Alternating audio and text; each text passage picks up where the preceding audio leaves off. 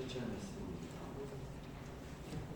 너는 나를 도장같이 마음에 품고 도장같이 팔에 들어 사랑은 죽음같이 강하고 질투는 소울같이 잔인하며 불길같이 일어나니 그 기세가 여호와의 불과 같으니라. 많은 물도 이 사람을 끄지 못하겠고 홍수라도 삼키지 못하나니 금이 그의 온 가산을 다 주고 사람과 바꾸려 할지라도 오히려 멸시를 받으리라. 아멘. 감사합니다. 우리 옆 사람과 인사하겠습니다. 잘 오셨습니다. 잘 오셨습니다. 자, 여러분들 오늘도 너무 반갑고 여러분들 얼굴을 보니까 전사님이 너무 행복해요. 그래서 믿음으로 지금 온라인으로 예배 드리고 있는 친구들을 포함해서 예배 자리에 나온 여러분들을 진심으로 예수님의 이름으로 축복하고 환영합니다. 할렐루야. 잘 왔어요. 자, 오늘 말씀 제목을 한번 따라해 보겠습니다. 나를 향한 하나님의 사랑. 한 번 더요. 나를 향한 하나님의 사랑. 사랑에는 종류가 있죠. 여러 가지 종류가 있는데 성경에서는 참 여러 가지 사랑에 대해서 가르쳐주고 있어요. 그런데 우리는 조금 작은 사랑과 큰 사랑이라는 큰 구분으로 두고 이 사랑을 정리해 볼 수 있겠는데, 작은 사랑이라는 건 뭐냐? 따라합시다. 조건적인 사랑. 작은 사랑이라는 건 조건이 걸려있는 사랑이고요. 자, 그러면 큰 사랑은 뭐냐? 따라합시다. 무조건적인 사랑. 그래서 사랑이 이 사람은 정말 쪼잔한 사랑이야 라고 할 수 있는 사랑은 뭐냐면 조건이 걸려있는 사랑이에요. 그래서 예를 들면 이 사람이 나한테 잘해주면 나도 이 사람을 사랑해주고, 그쵸? 조건이 있어야 되지. 이 사람이 나한테 못하면 나도 이 사람 미워하고. 그러니까 조건이 있는 사랑은 작은 사랑이에요. 그런데 큰 사랑은 뭐냐면 이 사람이 나한테 서운하게 해도 상관없어. 전도사님은 계속해서 그 사람을 사랑할 거야. 그 사람이 나한테 잘하지 못하더라도 상관없어요. 그냥 나는 당신을 계속 사랑할 거야. 이게 큰 사랑이에요. 성경에서는 이 큰 사랑이 하나님의 사랑이다라고 가르쳐주고 있는데, 이거를 전문적인 원어로 아가페라는 단어를 사용한대요. 그러니까 아가페의 사랑은 무엇이냐? 큰 사랑이고, 그 사랑은 조건이 없어. 내가 뭘 잘해야 하나님이 나를 사랑해 주는 게 아니라는 거예요. 자, 하나님께서 성경을 보니까 당신을 너무 사랑하신대요. 성경을 보니까 하나님이 당신을 정말로 사랑하신대요. 이 사실이 믿어지는 사람 아멘 합시다. 하나님께서는 진짜로 당신을 사랑하시는데, 성경 중에서도 요한복음이 있어요. 요한복음 알아요? 내가 진짜 초등학교 때 나는 그 복음을, 난 그 오징어 볶음 할 때 그 볶음인 줄 알았어요. 그래갖고 진짜 나 초등학교 때 마태복음이라 그러길래 난 약간 명태 같은 건 줄 알았어요. 나는 그 요한복음이라 그러는데 그게 요한이 난 먹는 건 줄 알아갖고 오징어 볶음이 있냐고 물어봤다가 맞았거든요, 선생님한테. 무슨 볶음인지 내가 모르잖아. 난 점심 메뉴 얘기하는 줄 알았는데 볶음이 아니에요, 여러분. 기억 하나 빼면 볶음이잖아요. 요한복음은 어디에 있냐? 구약과 신약 중에 신약에 있어요. 신약은 어떤 책들을 신약이라고 하죠, 여러분? 예수님이 오신 다음에 쓰여진 성경들이 신약이에요. 이 신약 중에 네 번째 책이 요한복음인데, 이 요한복음 말씀 중에는 이 세상 모든 사람들에게 예수님을 전해주기 위해서 쓰여진 내용이 담겨 있어요, 요한복음에. 그러니까 이스라엘 사람 말고, 옛날 성경 말로 유대인들 말고 전 세계 사람들이 다 예수님에 대해서 배울 수 있도록 쓴 책이 무슨 책? 요한복음. 이 요한복음에는 성경을 창세기부터 요한계시록까지 우리 진화하고 우리 주하가 성경 읽기 대회 기간 중간에 1189장 전체를 다 읽었어요. 기한은 지났지만 그 1189장이 얼마나 많은지 몰라. 그 긴 성경책을 한 줄로 요약해 내어 놓은 게 요한복음 3장 16절이에요. 우리 다 알죠? 한번 외워볼까요? 시작!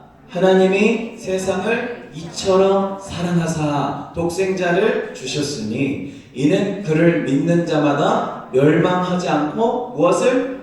영생을 얻게 하려 하심이라. 아멘. 그러니까 성경이 창세기부터 요한계시록까지 무슨 내용으로 채워져 있냐면 하나님이 당신을 사랑해서 독생자 하나밖에 없는 아들을 주셨다는 거예요. 사랑해서 아들을 주셨고 그 아들이 예수님인데 그 예수님을 믿기만 하면 멸망하지 않고 영원히 살게 해주겠다. 이게 어디서부터 출발해요? 창세기부터 출발해서 요한계시록까지 그 내용밖에 없어요. 그러니까 요한복음 3장 16절을 외우고 있는 사람은 성경 전체를 외우고 있는 것만큼 탁월한 사람이에요. 은민이 잘 됐네. 축하해. 여러분, 이게 왜 그렇게 중요하냐면 하나님께서 왜 우리를 구원하셨는지를 알 수 있기 때문이에요. 3장 16절을 보니까 하나님이 온 인류를 사랑하셨어요. 왜? 하나님이 세상을 사랑하셨다고 그랬지 하나님이 성호영 전도사만 사랑하셨다고 안 했더라고. 온 인류를 너무나도 사랑하셨는데 그 온 인류 안에는 저와 여러분이 포함되어야 한대요. 되죠? 온 인류 안에는 여러분들과 전도사님이 모두 포함되고 우리의 조상님, 조상, 조조조상, 고조선까지 다 들어가도 다 포함이 돼요. 온 인류가 포함이 돼요. 그런데 문제가 생겼어요. 하나님께서 이 온 인류를 사랑하시는데 온 인류에게 문제가 있었어요. 이 문제가 뭘까? 엄청나게 큰 문제. 문제도 작은 문제가 있고 큰 문제가 있어요. 사랑도 작은 사랑이 있고 큰 사랑이 있는데 아까 작은 사랑은 무슨 사랑이라고 했지? 조건적인 사랑이라고 했죠. 그 다음에 큰 사랑은 무조건적인. 그 큰 문제는 뭐냐면 무조건. 그냥 해결 방법이 없어. 무조건이야. 조건이 없어요.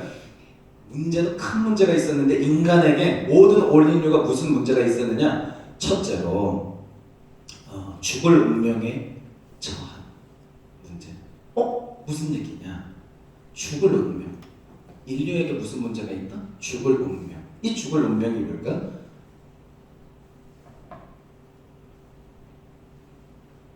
첫 번째로 인간은 여러분들 다 알죠? 나쁜 행동을 하는 좀 그런 게 있어요. 죄를 짓는 게 좀 있어요. 근데 우리는 흔히 생각할 때 경찰한테 발각이 안 되면 우리가 나쁜 짓 해도 아무도 모른다고 생각한단 말이야. 근데 성경을 보니까 사람이 죄를 지으면 그 죄를 지었기 때문에 죽게 된대요. 죄를 지으면 죄 짓고 끝나는 게 아니라 죄를 지은 것에 대한 벌을 받는데요. 이 죽을 운명. 이 죄가 뭐길래 내가 죽게 돼? 내가 왜 죽어야 돼? 여러분, 우리가 지금 10대를 살고 있잖아요. 여러분들이 16살, 15살, 14살을 살고 있잖아요. 근데 여러분들의 생명이 영원하지가 않아요. 이 죽을 운명이라는 것의 의미는 진짜로 내 수명이, 내 몸이 죽는 날이 정해져 있다는 거예요. 하나님이 인간을 사랑하시는데 가장 큰 문제가 뭐였냐면 그 인간이 영원하지가 않아. 죽을 운명이야. 약간 그 판타지 소설 같은 거를 보면 엘프라는 이런 판타지 종족과 인간이 사랑하는 경우가 나오는데 엘프는 영원히 거의 사는 종족으로 그려지고 인간은 길어야 100년을 사는 종족. 그러니까 엘프가 인간을 사랑해서 결혼을 하면 무슨 문제가 생겨요? 100년 후에 자기가 사랑하는 사람은 죽는데 엘프는 영원히 그 사람을 사랑하지만 그 사람이 사라진 세상에서 살아야 되는 거예요. 이게 왜 하나님께 큰 문제인지 아시겠어요? 하나님이 선영이를 사랑하시는데 선영이가 시한부 인생이야. 이게 엄청나게 하나님께 큰 문제인 거예요. 예를 들면 이런 거예요. 여러분 지금 우리가 아직은 생각하지 않았지만 우리의 가족과 헤어져야 되는 순간이 온다는 생각을 한번 해보시는 거예요. 내가 사랑하는 가족이 이 세상에 존재하지 않는다면 내가 그 사람을 사랑하는 마음은 동일한데 내가 사랑하는 가족이 그 자리에 없다고 생각을 해보세요. 이런 상처를 가지고 사는 가족들이 정말 얼마나 많을까. 그런데 하나님은 우리를 사랑하는데 우리가 사라질 운명을 가지고 있는 게 마음에 걸리신 거예요. 이게 엄청나게 의미가 있는 부분이에요. 여러분, 사랑이라는 것은 사라지지 않아요. 큰 사랑, 무조건적인 사랑은 변하지가 않아요. 근데 그 사랑을 가지고 있음에도 사랑할 대상이 사라진다는 것은 사랑을 하고 있는 사람에게는 가장 큰 괴로움과 고통이 될 수밖에 없어요. 그래서 여러분, 전사님은 항상 여러분들한테 뭐를 가르쳐 주고 싶냐면 가족에게 잘하기예요. 가족에게 후회 없이 잘하기예요. 물론 우리는 하나님같이 큰 사랑, 아가페의 사랑을 할 수는 없는데 적어도 그것을 흉내나라도 낼 수는 있다고 생각해요. 왜냐? 우리의 운명은 무슨 운명이다? 결국은 죽을 운명이다. 아무리 우리가 사랑을 해도 우리가 사랑할 대상이 없다면 그때는 후회밖에 남지 않아요. 왜? 더 사랑해 줄 걸. 왜 후회가 남는 줄 알아요? 우리가 준 사랑은 작은 사랑이어서 무조건적으로 사랑해 준 게 아니라 내가 좀만 기분 나쁘면 미워하고 욕한 작은 사랑이었기 때문에 내가 사랑하는 마음은 있지만 그 사람이 만족할 만큼 주지 못했어. 왜? 내가 쪼잔하니까. 여러분, 그러니까 우리가 무엇을 해야 되느냐? 전생도 무엇을 위해서 열심히 노력했느냐? 부모님한테 내가 후회하지 않을 만큼 많이 대화했고요. 나는 놀 때도 친구들이랑만 맨날 놀기보단 부모님이랑 맨날 놀았어요. 왜? 전사님이 결혼을 하면 어차피 나는 떠나게 돼 있어. 누구랑? 부모님을. 그러면 내가 어른이 돼서 직업을 갖게 되면 어떻게 돼요? 그러면 엄마 아빠랑 점점 멀어질 수밖에 없는 거예요. 왜? 내가 이제 엄마 아빠가 되잖아. 내가 부모님이 돼서 내 가정을 꾸려나가다 보면 엄마 아빠랑 얘기할 시간도 많이 없고 밥 먹을 시간도 많이 없고 대화할 시간도 많이 없어요. 그러다가 시간이 쑥 가버리면 어느 날 부모님이 죽을 운명 때문에 돌아가시게 되겠죠. 그럼 그때부터는 대화를 하고 싶어도 밥을 먹고 싶어도 같이 어디 여행 가고 싶어도 더 이상 할 수가 없어져요. 전사님은 연애를 최대한 자제하고 엄마랑 놀러 다니는 거에 주력했어요. 왜? 후회하지 않으려고. 아버지랑 대화하는 일에 정말 많은 시간을 썼어요. 왜? 내가 결혼하고 난 다음에 후회하지 않으려고. 여러분들은 어떻게 하길 원해요? 사랑도 사랑할 대상이 있을 때 할 수 있는 거예요. 지금 있는 그 가족, 여러분 괜찮아요. 온전한 구성원이 아니어도 괜찮아요. 나를 많이 사랑해주지 않는 분이라도 괜찮아요. 그러나 적어도 우리가 하나님 앞에 갔을 때는 하나님, 내가 하나님이 주신 내 가족은 정말로 후회 없이 사랑해줘요.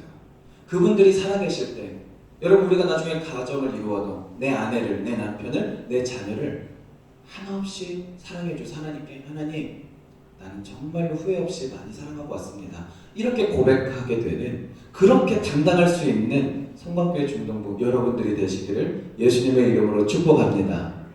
그렇게 돼야 돼요. 누가? 예수님 믿는 우리가. 세상 사람들은 이렇게 살지 않을 수도 있겠죠. 그러나 우리는 사랑을 누구한테로 받아요? 하나님으로부터 받아요.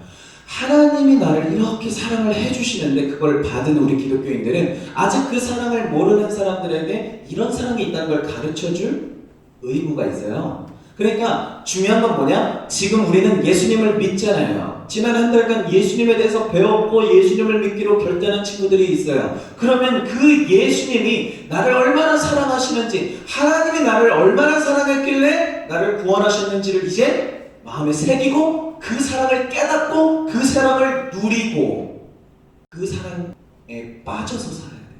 왜? 하나님의 사랑은 어떤 사랑? 무조건적인 사랑, 큰 사랑이기 때문에. 하나님의 사랑을 받은 사람은, 그 안에서 사는 사람은 가족이 너무 사랑스러운 용서가 되어져요. 참아져요. 친구들이 사랑스러워져요. 내가 하려고 하는 게 아니라 하나님의 큰 사랑을 받으니까 작은 사랑은 공짜야. 내가 친구들에게 잘하게 되는, 엄마한테 잘하게 되는 방법, 하나님의 사랑을 많이 내가 느끼면 되는 것이에요. 그래서 오늘은 그 주제를 가지고 말씀을 전하려고 하는 거예요. 여러분, 이 지금 부모님과 우리의 관계를 통해서 하나님이 나를 어떻게 사랑하시는지, 자, 후회하지 않으시기를 바라고, 우리가 사라지기를 원치 않으시는 게 하나님의 문제 해결의 원인이다. 사랑하는 하은이가 하나님의 집에서 영원히 사라지는 것을 하나님이 원치 않으신 거예요. 그러니까 하은이를 향한 하나님의 사랑은 너를 사랑하지만 뭐 너가 죽어 없어지면 어쩔 수 없지가 아니라 하은아, 너가 없는 내 집은 아무것도 아니야. 하은이가 없는 천국은 가치가 없어. 왜? 내가 너에게 계속 사랑을 주고 싶거든. 난 너를 계속 사랑할 거거든. 그렇기 때문에 사랑할 대상이 없는 사랑은 괴롭고 고통스럽기 때문에 반드시 너를 살려야 된다. 이게 오늘 우리가 기억해야 되는 하나님의 사랑이에요. 그래서 예화를 하나 알려줄게요. 어떤 일이 있었냐면 6.25 전쟁 때 일이에요. 엄청나게 추울 때 여러분 흥남 철수라는 사건이 있었어요. 북한에 사는 기독교인들이 공산당 군인들의 기독교인들을 다 죽여요. 신을 믿는 사람들을 다 죽여요. 공산주의자들은. 그래갖고 항상 공산주의자들이랑 우리랑 안 맞는다고 전사님이 얘기해줬잖아요. 그러니까 기독교인들이 떼거지로 다 도망갔어. 어디서? 북한에서 남한으로. 그런데 그 전쟁통 중에 부부가 있었는데 남편이 행방불명이 돼버린 거야. 여러분 지금 우리는 이렇게 몇십 명만 있지만 몇만 명이 다 목숨이 위태로우니까 와 하면서 짐 싸매고 막 배를 타려고 막 달려들고 막 손을 놓쳐버린 거야. 아내랑 남편이. 그때 고아가 된 사람들이 정말 많아요. 그걸 알고 싶으면 영화 국제시장을 보기를 추천드립니다. 한 여자가 남편을 잃어버렸는데요. 문제가 있었어요. 이 여자에게도 큰 문제가 있었어요. 무슨 문제냐? 한겨울에 눈이 펑펑 내리는데 아기를 임신했고 남편이 없이 혼자 남았어요. 배를 타고 내려와서 서울에 이제 들어오게 됐는데 눈이 너무 내리는데 사람들이 다 도망가는 거예요. 왜? 북한군이 또 거기까지 또 내려와서. 근데 진통이 시작했어요. 진통이 시작됐다는 게 무슨 의미야? 아기가 태어나려고 하는 건데 문제는 사람들이 다 도망가니까 자기들이 지금 총 맞아 죽기 직전인데 어떻게 그 여자를 도와줘? 아무도 안 도와주는 거야. 그러니까 그 여자 혼자 쓰러지니까 사람들이 아 뭐야 하면서 막 이렇게 밀어내고 도망가고 있는 혼자서 버려진 상태에 놓였어요. 눈을 피해야 되잖아. 이 여자가 다리 밑으로 가요. 다리 밑으로 가서 혼자 아기를 낳아요. 여러분 저는 아기를 안 낳아봤어요. 근데 아기를 낳는 거는 목숨을 걸어야 되는 일이었어요. 혼자서 그 한겨울에 아기를 낳았는데 여러분 신생아가 영하 5도 10도 이런 한겨울에 야외에 있으면 어떻게 되겠어요? 얼어 죽겠죠. 이 엄마가 이 아이를 사랑하잖아. 그러니까 자기가 입던 옷을 막 하나씩 덮는데 애가 너무 추우니까 우는 거야. 막 태어난 애기가 막 우는 거야. 너무 추우니까 이 아이가 죽을 것 같잖아. 이 엄마가 계속해서 자기 옷을 하나씩 벗어서 계속 덮어. 이 엄마는 밤새도록 이 아이를 낳으려고 혼자서 목숨을 걸고 피를 다 쏟았기 때문에 죽기 직전인데도 이 아이가 죽을까봐 이 아이에게 결국 자기의 속옷까지 다 덮어주고 알몸으로 이 아이를 품에 끌어안고 조금이라도 더 오래 살게 하려고 품어요. 그리고 그 여자는 죽어요. 피난민 행렬 중에 한 선교사 부부, 미국 선교사 부부가 지프차를 타고 가고 있었어요. 선교사들은 같이 내려와야 되거든. 왜냐면 교회를 세우는 사람들이니까 기독교인들을 지켜야 되기 때문에 같이 내려오고 있는데 선교사 부인께서 여보 잠깐만 차 멈춰보라고. 나 애기 소리가 들린다고. 근데 남편이 무슨 소리냐고. 지금 북한군이 쫓아오는데 지금 멈추면 큰일 난다고. 근데 아내가 그래서 안 된다고. 지금 애기 소리가 들린다고. 우리 찾아야 된다고. 한국 아빠들이었으면 어땠을까? 당신 미쳤어? 지금 때가 어느 때인데. 미국에서 만약에 남편이 아내에게 그렇게 말했다. 그럼 저녁밥을 못 얻어 먹어요. 남녀가 굉장히 대등한 인격적인 관계이기 때문에 아내가 안 된다고. 여보 멈췄다 가야 된다고 해서 그 선교사 부인이 다리 밑으로 내려가서 죽어있는 아줌마를 발견해요. 그리고 그 여인 품에 옷으로 꽁꽁 싸매져 있던 아기를 발견하고 그 한국 아기를 그 부부가 데리고 가요. 하나님이 이 아이를 살리라고 우리를 이 길로 가게 하신 거다. 그리고 그 아이를 데리고 미국으로 데리고 가서 길러요. 근데 그 남자아이가 어느 날 이제 자라나서 엄마 아빠한테 물어보게 된 거야. 아니 아빠는 노란 머리인데 왜 난 검은 머리야? 친구들이 다 물어본 거야. 야, 너 어디 나라에서 왔냐? 너 왜 부모님은 백인인데 니는 왜 원숭이냐? 막 이러면서 놀린 거야. 그러니까 집에 와서 여쭤보니까 이제 아버지가 너가 언젠가는 그 질문을 할 줄 알았다. 앉아봐. 사실 너는 한국 사람이다. 무슨 일이 있었냐면 너희 어머니가 피난 중에 막 혼자서 너를 출산하고 너를 살리기 위해서 너에게 모든 옷을 덮어주고 봉사하셨었다. 우리가 너를 발견하고 데려와서 아들로 길렀다. 그러니까 그 아들이 펑펑 울면서 나 한국 데려다 달라고. 그래서 그 부부가 옛날에 그 어머니가 이 아이를 품고 죽어 있었던 걸로 추정되는 그 다리 밑으로 데리고 가요. 그때가 또 한겨울이야. 이 아들이 자기 옷을 다 벗어.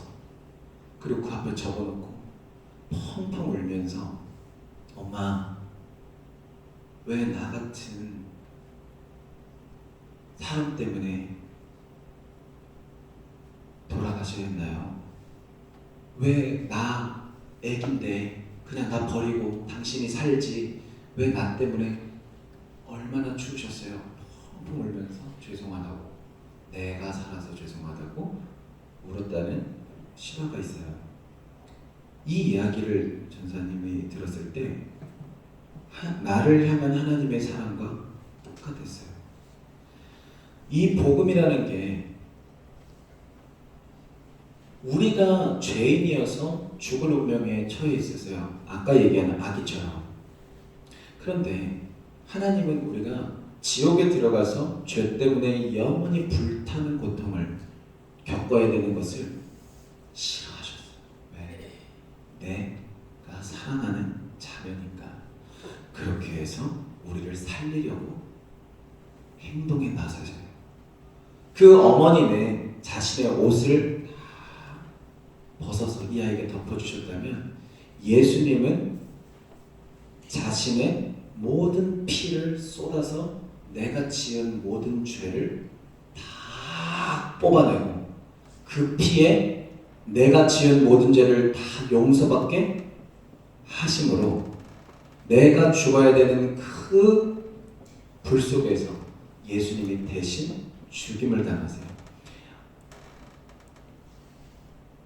여러분, 이 사랑에 대해서 그 사람을 사랑하기 때문에 그를 살릴 수만 있다면 내가 죽어도 좋습니다 라고 생각했던 누구? 우리 하나님. 우리가 당했어야 하는 벌은 두 가지 벌이에요. 첫 번째로는 육체의 죽음이거든요. 우리의 몸이 원래는 죽지 않게 창조됐어요. 그러니까 인간은 원래 이 살이 안 썩어야 돼요. 안 죽어. 아담이 처음 만들어졌을 때. 근데 선악과를 먹으면 내가 정령 죽으리라 했잖아요. 그때 두 가지가 죽게 돼요. 첫 번째로는 몸이 죽게 돼요. 원래 얼마나 사람이 오래 영원히 살게 창조됐는지 아담은 930살을 살았다고 쓰여져 있어요. 근데 우리는 점점 수명이 줄어들고 있고, 두 번째 죽음은 무엇이냐면 이제 영원한 사망이라고 우리가 부르는 영의 죽음인데, 선악과를 먹을 때 바로 몸이 죽지는 않았죠. 그러나 그때 즉시로 무엇이 죽었냐면 영이 죽었어요. 이 영은 뭐냐면 하나님의 형상이에요. 그러니까 하나님의 이 본질이 영이시거든요. 하나님은 영이신데 영의 속성이 있는 거예요. 영은 없어지질 않아. 그러니까 인간이 죽으면 몸은 사라진다 그랬잖아요. 이게 첫째 사망이고, 성경에서 말하는 둘째 사망은 지옥에서 영원히 불타는 괴로움을 당하는 벌 받는 게 둘째 사망이에요. 그러니까 인간이 죽을 운명이다라고 할 때는 그 두 가지 죽음이 함께 붙어 있는 거야. 우리는 왜 죽게 됐어요? 죄를 지어서. 근데 죽으면 끝이에요? 자살하면 끝이에요? 아니에요. 죽으면 우리의 영은 사라지지가 않아. 하나님의 영을 본따서 만들었기 때문에. 그래서 여러분, 우리는 동물이랑 인간을 동등한 권리를 주면 안 돼요. 인간은 동물보다 더 존귀하게 만드셨어요. 동물에게는 하나님의 영이 없어요. 그러나 인간만 유일하게 하나님의 영을 본따서 우리의 영을 만들어 넣으셨기 때문에 우리는 어때? 죽으면 하나님처럼 영원히 존재하게 돼요. 영으로서. 그러면 이제 두 가지로 딱 나뉘는 거야. 하나님의 집에서 하나님과 함께 사는 영, 하나님을 대적하고 영원히 심판을 받아 지옥에서 불타 괴로움을 당하는 영적 사망을 당한 영. 이 두 가지로 나뉘는 거예요. 그런데 중요한 것은 하나님이 오늘 누구를 사랑하셨다? 따라합시다. 나를 사랑하셨다. 하나님이 나를 사랑하셔서 지옥에 불타 사라짐. 하나님의 천국에 없으면 그 사람은 죽은 거예요. 내가 사라지기를 원치 않아서 나를 살리려고 예수님을 대신 죽게 하신 것이 하나님의 사랑이다. 그러면 이것은 결론적으로 목숨을 내줄 만큼 사랑한 사랑이라는 것이고, 목숨까지 내준다면 여러분이 살아가면서 힘들 때, 여러분이 살아가면서 도움이 필요할 때, 여러분이 살아가면서 필요한 게 있을 때 하나님이 주실까요? 안 주실까요? 목숨을 주셨다면 돈, 명예, 건강, 또 뭐 있어요? 지혜, 지식, 또 뭐 있어요? 사랑, 감사, 기쁨, 또 뭐 있어요? 평안, 행복. 이 모든 것은 하나님이 우리에게 다 주세요. 예수님의 이름으로 우리가 그것을 구해야 돼요. 여러분, 항상 살아갈 때 기독교인들은 하나님이 나를 사랑하시기 때문에 나를 책임져 주신다라는 믿음을 가지고 살면 넘어지지 않고 포기하지 않고 실패하지 않아요. 아무리 어려운 상황 속에서도 목숨까지 준 하나님, 목숨까지 주신 예수님, 목숨 말고 그보다 가치가 작은 것들은 다 주실 거예요. 무엇만 있으면? 믿음만 있으면. 여러분들이 지금 가지고 있는 가장 큰 문제에 대해서 기도하세요. 나를 사랑하시는 하나님, 예수님의 이름으로 기도하니 이 문제를 해결해 주세요. 나를 사랑하시는 하나님, 예수님의 이름으로 구하오니 내 문제를 해결해 주세요. 하나님은 해결해 주실 것입니다. 믿으십니까? 가장 큰 문제인 죽음을 해결해 주신 하나님께서 우리 삶에 일어나는 작은 문제들에 대해서 우리가 기도할 때 반드시 해결해 주시는 거예요. 우리가 가장 큰 문제인 죽음에 대해서 하나님이 공짜로 예수님을 믿기만 하면 해결해 주신다는 큰 믿음을 가졌다면, 내 인생에서 가장 큰 문제인 영원한 지옥불에서 건지는 문제를 해결해 주신 하나님이 내가 살아가면서 겪고 있는 작은 문제들을 해결해 줄 거라는 믿음을 왜 안 갖느냐는 말이에요. 우리 하나님은 가장 큰 문제를 해결하셨듯이 우리의 가장 작은 문제들까지도 우리가 기도하고 믿을 때에 해결해 주실 것입니다. 할렐루야. 그것을 믿는 것이 하나님의 사랑을 믿는 것이고, 그 사랑이 나를 그만큼 책임져 줄 것이라는 걸 믿을 때에 우리는 내가 살아있다는 것을 깨닫게 돼요.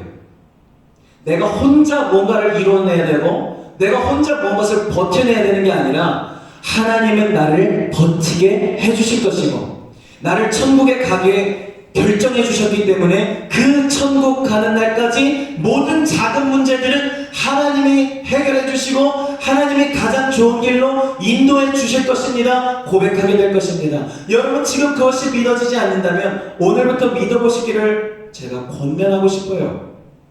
10년만, 아니요 1년만 하나님이 내 가장 작은 문제들까지 다 책임져주고 가장 좋은 길로 해결해 주실 것이라고 믿고 기도하세요. 1년만. 그리고 1년 후에 전도사님을 찾아오세요. 내가 정말 전도사님 가장 작은 문제들을 가지고 하나님께 기도했어요. 하나님이 해결해 주실 걸 믿었어요. 왜? 내 가장 큰 문제인 죽을 운명에 해결해 주셨기 때문에 이 작은 문제들은 당연히 쉽게 해주실 수 있다고 믿었거든요. 그랬더니 제 인생이 어떻게 됐는 줄 아세요? 잘 안 됐다면 전도사님한테 따지러 오세요. 내가 책임지고 약속할게요. 하나님은 그렇게 기도하는 사람을 반드시 가장 좋은 길로 인도하실 것이에요. 믿으시면 아멘 합시다. 우리 찬양할까요? 우리가 살아야 하는 삶은 가장 큰 문제를 해결하시는 하나님이 내 삶에 있어서 작은 문제들도 내가 지금 느끼기에는 큰 문제들이지만 내 목숨도 살려주신 하나님이 이 문제들을 책임져 주시고 응답해 주시고 해결해 주실 것이라는 걸 믿는 것이 하나님의 사랑을 인정하는 것이에요.